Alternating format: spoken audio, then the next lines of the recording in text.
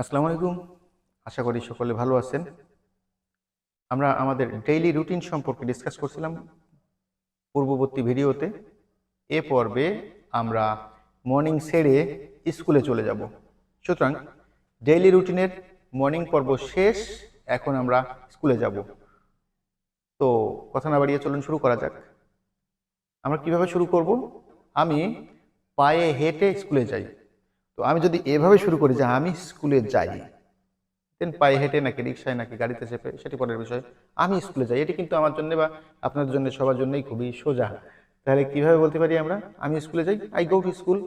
I go to school. এখন এই যে টু এর ক্ষেত্রে অনেকের আবার মাথায় চিন্তা ভাবনা হতে পারে যে টু কেন? কোনো দিকে যদি গতি বোঝায় তাহলে টু হবে, যদিও এটি গ্রামাটিক্যাল কোনো ক্লাস না, তারপরে আমরা ছোটোখাটো বিষয়ে আলোচনা করতে পারি। ওকে, তাহলে আই গো টু স্কুল যদি পায়ে হেঁটে হয় তাহলে অন ফুট, যদি কোনো যানবাহনে চেপে হয় তাহলে বাই সেই যানবাহন, যেমন হতে পারে যে by motor bike, by rickshaw, by car, by bus, এরকম হতে পারে। আর যদি পায়ে হেঁটে হয় তাহলে অন ফুট। কি হলো সেন্টেন্সটি? তাহলে আমি আরো একবার বলছি, I go to school on foot. আমাদের স্কুল সকাল 9টায় শুরু হয় এবং বিকাল 3টায় শেষ হয়। এটা কিভাবে বলতে পারি? আমাদের স্কুল শুরু হয়, আমাদের স্কুল শেষ হয়। ঠিক এভাবে যদি আমরা বলতে পারি তাহলে আমাদের জন্য আবারও ইজি হয়ে গেল। আমাদের স্কুল, আওয়ার স্কুল শুরু হয়, স্টার্টস। আওয়ার স্কুল স্টার্টস কখন? At 9 o'clock। At 9 o'clock। এখন ও ক্লকের পরিবর্তে আমরা এএম ব্যবহার করতে পারি, ইন দ্য মর্নিং ব্যবহার করতে পারি, যেটি আমরা প্রথম ভিডিওতে ডিসকাস করেছি। Okay, and breaks up at 3 o'clock in the afternoon, অর্থাৎ বিকালে, অথবা পিএম ব্যবহার করতে পারি, ফার্স্ট মেরিডিয়াম, এভাবে ব্যবহার করতে পারি। ওকে, টিফিনের জন্য 30 মিনিটের একটি বিরতি হয়। টিফিনের জন্য 30 মিনিটের একটি বিরতি হয়। আমরা বিভিন্নভাবে প্রকাশ করতে পারি, তবে সব থেকে সহজতর উপায়ে আমরা প্রকাশ করব। আমাদের ভাষাটি হবে প্রাঞ্জল। ওকে, তাহলে আমরা কিভাবে বলতে পারি? আমরা বলতে পারি যে there is a 30 minutes break. There is a 30 minutes break, এটি বলতে পারি। 30 minutes break, there is a 30 minutes break, এভাবে বলতে পারি। এরপরে কি বলবো? সেই সময় আমরা টিফিন খাই ও খেলা করি। সেই সময়, that means at that time, সেই সময় আমরা টিফিন খাই। উই ইট আওয়ার টিফিন, সোজা বাংলা, সোজা ইংলিশ। আমরা খাই আমাদের tiffin, we eat hour tiffin,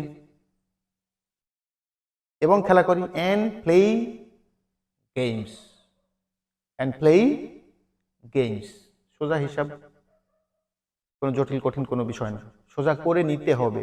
ওকে, এরপরে সেন্টেন্সটি আমরা বলতে পারি, আমি ক্লাসের প্রতি খুব মনোযোগী থাকি। আমি ক্লাসের প্রতি খুব মনোযোগী থাকি। এখন মনোযোগ মিন্স অ্যাটেনশন।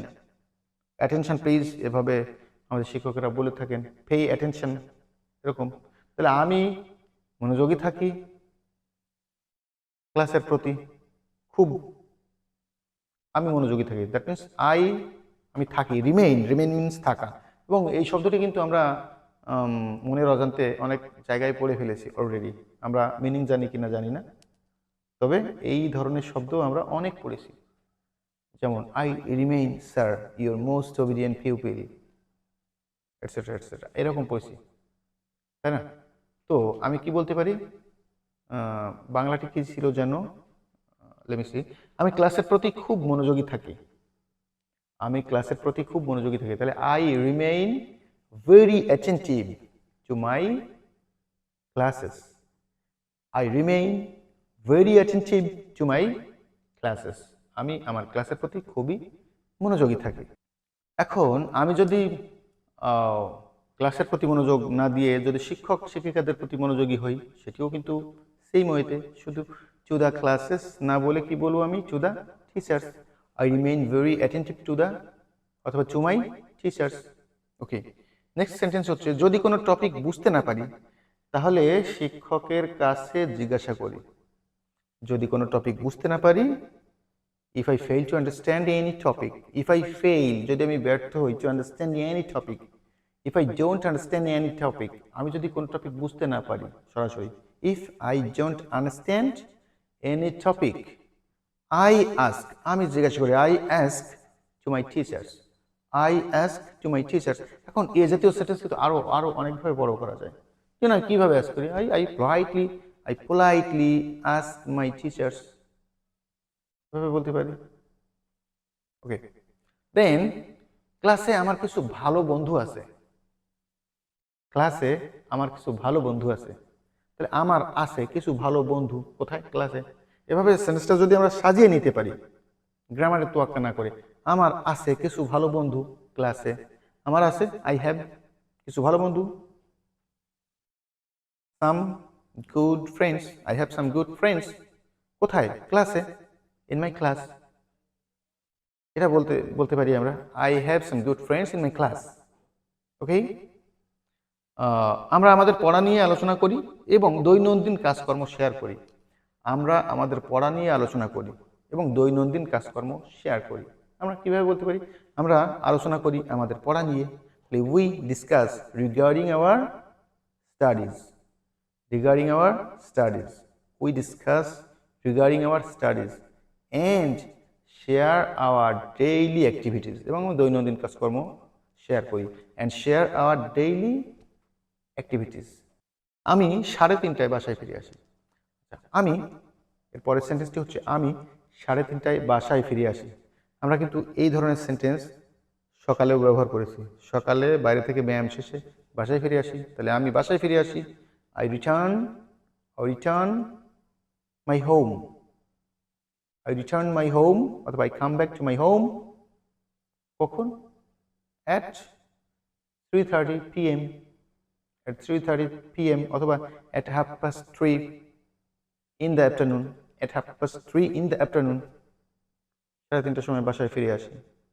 আর কি, আমি রাস্তায় আমার মূল্যবান সময় কখনোই নষ্ট করি না, এটি বলতে পারি আমি। তাহলে আমি কখনোই নষ্ট করি না, কি নষ্ট করি না? আমার মূল্যবান সময়। কোথায়? রাস্তায়। এভাবে যদি নিজের কাছে নিজে প্রশ্ন করে বের করতে পারি তাহলে আমাদের জন্য ইংলিশটা কিন্তু খুবই খুবই খুবই সোজা মনে হবে। তাহলে আমি কখনোই নষ্ট করি না, আই নেভার ওয়েস্ট